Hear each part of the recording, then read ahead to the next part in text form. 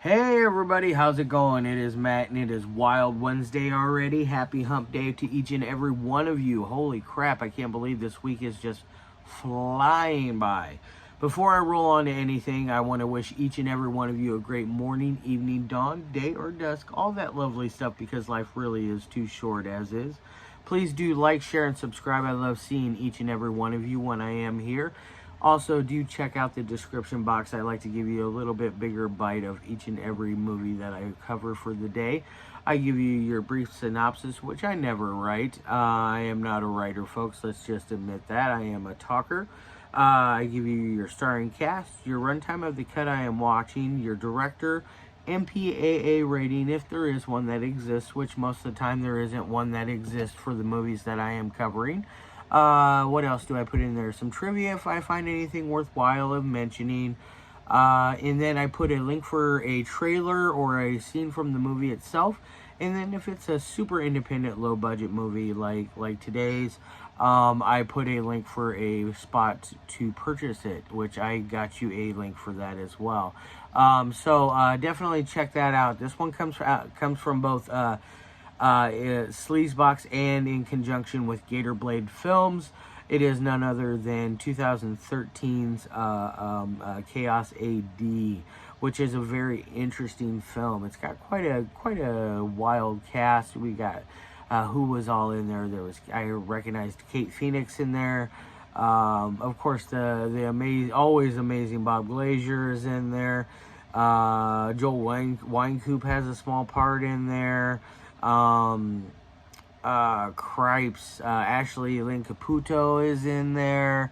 There's a few others. It's definitely one of those that it has a little bit of a who's who ensemble cast for as far as independent actors go, which is kind of cool. I really liked it. This is one that I will definitely be picking up. I am definitely a fan of Chris Wood's work. He wrote and directed this. And then you also have a small cameo in there from Sean Donahue of Gator Blade Films himself. That scene is just absolutely magical. It made me laugh my ass off. Our two main leads, they decide they're a brother and a sister who are essentially what's going on is they're going to a Halloween party, and they steal a bottle of booze from their very alcoholic father, who's an asshole, an abusive asshole. On top of it, they have a little altercation with him, and then they fight it out, blah blah blah blah. But as they're leaving, they decide they're going to pick up a piece of dog poop off the ground with a napkin, and they rub it under the door handle of Sean Donahue's car door. I have always wanted to do that to a few people, an ex-boss in particular. But I never had the balls to do it. But either way, I laughed until I cried at that scene. It was so funny. But they're off to this party. They end up getting basically stuck at this warehouse where these bad guys are, the baddies are, and it's what do we got? 4 females and a man, and the man is played by Bob Glazier, who is doing his best impression of Sid Haig in Spider Baby, I'm guessing, because that was the first thing I thought of. Chris, if that's where that impression, where that inspiration for Bob Glazier's character came from, please let me know, because it really, really reminded me of his character in Spider Baby. What do they call that? The Merriman disease that they had, the Marion disease, something like that. That was such an amazing film. I'll have to review that someday down the line when I'm caught up with all these others that I've been doing. Do a classics week or do a Sid Haig week or something, because that guy did some amazing films. I am definitely a huge fan of his, and rest in peace, Mr. Haig. But yeah, Bob Glazier did an amazing job. He's kind of a mute. He plays a mute that does a lot of pantomime acting, and I really enjoyed how he was in this. And as far as the main character, the bitch as she's called, she is wow, what a evil person she is. She's got it's Halloween, so they're all in some sort of Halloween getup. She's got a white face with these lines painted on it. Not really too sure what it is she's going for. It's it looks cool on her, I liked it, it definitely worked. It's one of those cases of where less is more, and it worked on her for her case, and she's a very, very evil temptress type of woman. She is a lesbian, I'm guessing, because her accomplice, the vixen, is her main lover, and she is also interested in the main girl that is in our main female lead in this movie. She wants to do things with her. So there's that dynamic going on there, which is quite interesting. I really like what is going on with them. There's this, like I said, there's Vixen. Vixen is a very, she's a real go-getter in my opinion. She's one of those characters that really gives no fucks whatsoever. She's very, very vocal, very, very straightforward, very she does it. What she says she's going to do, she does it. And and I liked that, and that was very cool.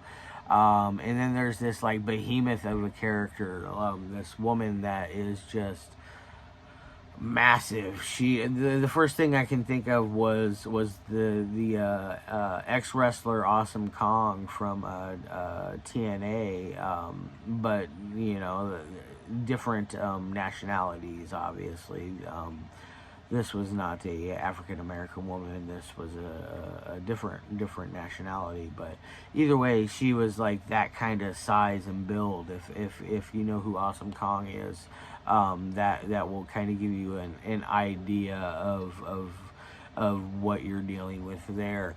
And she is just a monster, a brute, and she takes care of everybody, and everybody, like nobody gets away from her. That's how brutal and vicious she is. I like her character a lot. Like I said, she's a mute. She doesn't say anything, very basic. And then there's this other character who is also a mute, who grunts and groans and screams a lot. She is a naked woman character. She is basically cannibalistic. At one point, she rips apart a woman's belly, and she eviscerates her, and she's eating the entrails. So that also shows you the amount of depravity that these folks are into. And then eventually you find out what's going on, why they're doing what they're doing. It kind of gets a Texas Chainsaw Massacre Next Generation vibe going with this. Because you get Joel D. Wynkoop's character finally shows up, and he I forget what his name is, but he plays this character who's kind of a scuzzy slime ball type that essentially runs a company that pays these people to abduct and torture and murder these victims on video for money. And they, in turn, they sell it to the rich and powerful across the globe. And it's very it kind of has just that small little fragment of that Texas Chainsaw Massacre Next Generation vibe to it. That's about all of it that it gives. There's no crazy Matthew McConaughey character with a robotic leg being run with a remote control. Thank Jesus. because that movie's just a fucking nightmare. Unlike this one, this is actually really, really well done. You know, I absolutely adore this film. But you get a very interesting ending with after that. Once you've met Wynkoop's character, it goes into a direction where I kind of saw it going, and then it kind of does another opposite flip where I was like, oh, good job there, guys. You know, I did not see that exactly. But, yeah, I really enjoyed this. Now, as far as any kind of technical abilities this thing goes, it does a very good job. The editing is great. There's no, like, weird, like, choppy cuts to it that make the momentum of it change and act like it's going to go a different direction when it's really going in one certain direction. It doesn't feel like it drops off at all, so that's nice. What else? The sound score works for it very well. Don't expect any like crazy cool like hip tunes in it, because you know it's not that kind of movie. You know, it's low budget. You're not gonna find that. Camera work is cool. I really liked it. You had some interesting camera angles. You had some fun shots going on there. Scene by scene, it all kind of like blends and meshes together really well. This is by far, like I've seen Death Escort Service 1 through 3.